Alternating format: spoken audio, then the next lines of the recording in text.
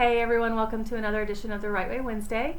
I have Bernice with me again today. You have seen us a lot together recently, as I am visiting her area in Illinois, just outside of Chicago, and I got to see a great building yesterday and meet some of our clinicians out in the field. That's always nice, and we've had some great weather here, so that's great.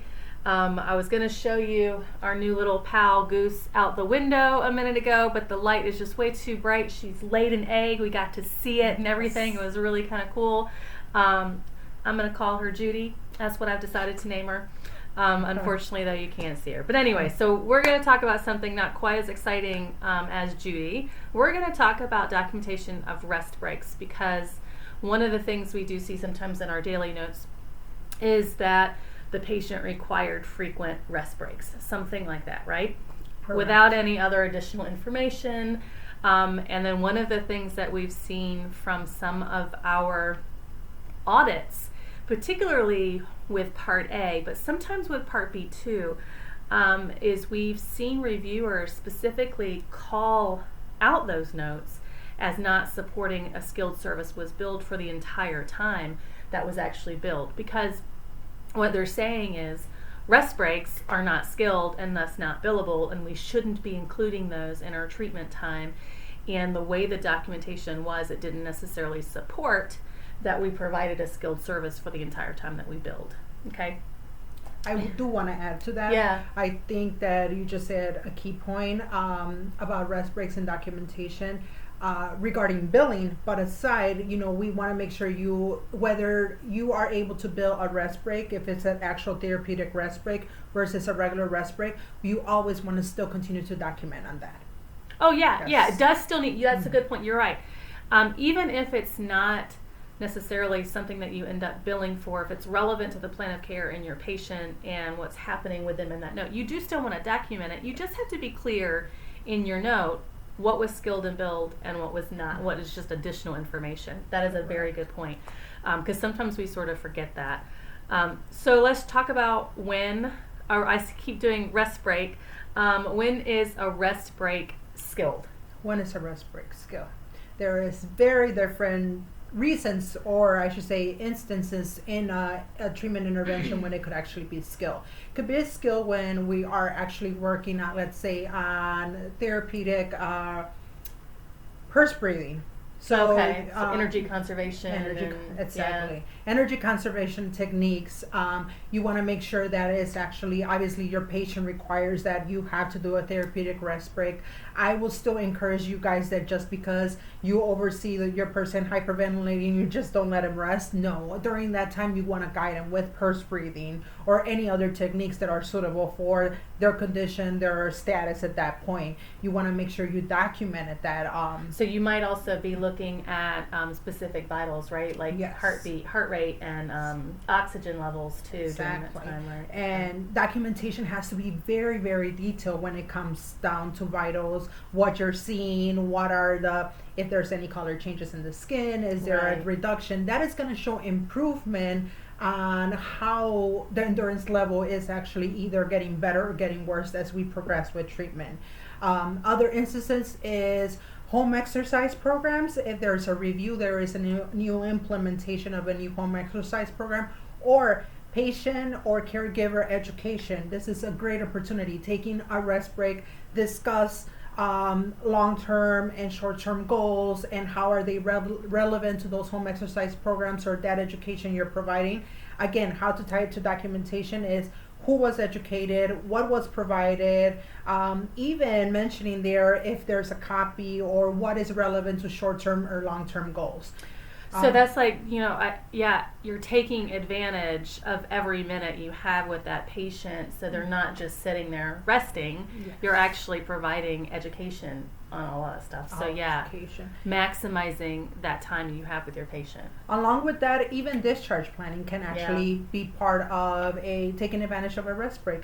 Discussing with either the family or discussing with the patient directly how the treatment is progressing, what are they aiming to, what goals are specific, what has been discharged, what has been even the recent communication between the evaluator and the assistant and the patient regarding the patient. All of that is important. I think that patients appreciate, as well as families appreciate, the fact that even aside from regular treatment, there is communication about their care and what is coming. So those are different instances where rest breaks can convert into therapeutic rest breaks, which can be actually billed Right.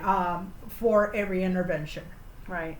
All right, so let's talk about the flip side then, which is sometimes we see this too, and we see great documentation of that, but we also see the flip side of that too, is when is a rest break not skilled, and thus should that time be pulled out of the total treatment time when you're billing? Yes. When there is not a therapeutic rest break, just a regular rest break, yes, we do not, we cannot account for that time. Those instances actually take place, let's say, we're just having a regular conversation with the patient, nothing treatment related, nothing discharge plan related, just like what's opening games just started, baseball games, right? So that could be a conversation. Unfortunately, if they're not doing anything therapeutic at that time and it's not a therapeutic rest break, that cannot be billed. Right, because you've heard us say this before. Yes. The time that we put on our treatment time is not a record of the time we spent with the patient, but it's a record of the time the patient was receiving skilled care. That's a really important distinction to make, that is spelled out in the manual. So it's really important you differentiate that time. Yes. What else? What are some other? Socializing with other colleagues in the department. Sometimes Yeah. we come across that we start talking with, the speech therapist that just walked in, or you probably saw a patient that Dakota's going to see. She's walking by, you start having a conversation, and then this affects your patient. Unfortunately, again, that is not a therapeutic rest break that you're giving your patient in order to socialize with other individuals. Other areas, I think actually one of the other things that we could actually not account for is when they're with modalities. And we're certain not unattended interacting. modalities. That's Yes. right. Unattended modalities. Yeah. Sometimes If they're not actively doing something else during that Exactly. time, that is also not a rest break. I have heard it in a few site visits. I wouldn't say in particular which ones, but I have heard like, oh, they're in a rest break while they're having the cold pack or the hot pack, and it's like, no, you Yeah. know. So those Well, it might be necessary is not considered skilled and thus not rest billable. break, correct. Yeah. So those are some of the instances where it is not considered a therapeutic rest break. Right. So, And we're not saying you shouldn't have any fun. You shouldn't talk to other people in the department. You shouldn't talk to No. your patients about fun stuff instead of just skilled stuff, because you need to build that rapport. It's just you do have to think critically about making the distinction between what ends up going on the billing log and what needs to be pulled out to make sure that you're billing properly. So that's an important distinction. and to tying make. it with documentation. Your Yeah. documentation has to be very, very detailed. I think Nicole started, with a conversation that auditors are giving us that feedback Yeah. that rest break was, not skilled and so on. And I think a lot of it has to do because they are reading that our documentation is very simple. It just states, rest breaks ×5. Or patient requires multiple rest breaks throughout treatment, but it's like, what's the reason behind Yeah, it? why? Yeah. Why? And then what are we doing to adjust? Like, right? So, Correct. like if a task is particularly tasking on a patient's respiratory status or heart rate or whatever it is, when we're taking that break, are we talking about why we think that happened, what we can do the next time to avoid it, maybe give them a little bit more endurance and safety, right, within the task, and using that time to Yes. really kind of think about modifications, because again, that's our skill, right?